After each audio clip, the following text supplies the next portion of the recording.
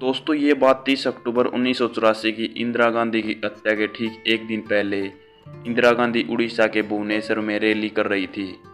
इसी दिन इंदिरा गांधी को पता चल गया था कि उनके साथ कुछ गलत होने वाला है, क्योंकि इस दिन इंदिरा गांधी ने अपने भाषण में कुछ ऐसा कह दिया था जिसे सुनकर सभी लोग यही सोच रहे थे कि आखिर इंदिरा गांधी ऐसा क्यों बोल रही है।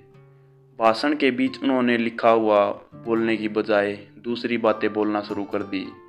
उन्होंने कहा, मुझे चिंता नहीं कि मैं जीवित रहूं या मर जाऊं। मेरी लंबी उम्र रही है और मुझे इस बात का गर्व है। मैंने अपना पूरा जीवन लोगों की सेवा में लगाया है और जब तक मुझ में सांस रहेगी तब तक सेवा में ही जाएगी।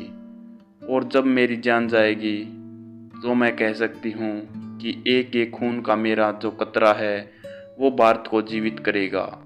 उनके इस भाषण से सभी लोग हैरान रह गए थे।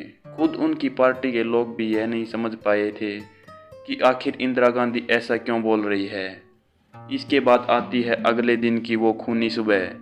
इंदिरा गांधी अपने दफ्तर के लिए पैदल ही निकल पड़ती है। उनका दफ्तर बस कुछ ही दूरी पर था। बीच में बस एक गलियारा था जिसे पार करना था। इंदिरा गांधी जैसे ही आगे बढ़ती हैं तो उनके सामने बेअंत सिंह खड़े थे।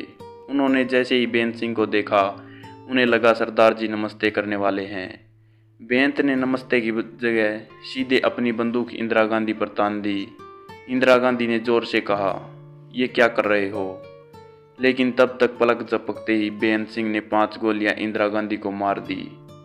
तभी दूसरी ओर से दूसरा सिपाही सतवंत सिंह भी वहां आ गया और उन्होंने भी अपनी बंदूक की सारी गोलियां इंदिरा गांधी पर चला दी। उस दिन इंदिरा गांधी ने बुलेट प्रूफ जैकेट भी नहीं पहन रखी थी। कहा जाता है कि इंदिरा गांधी की मौत एकमात्र कारण खालिस्तान और ऑपरेशन ब्लू स्टार था। दोस्तों आज की जानकारी कैसी लगी कमेंट में अपनी राय जरूर दें। धन्यवाद।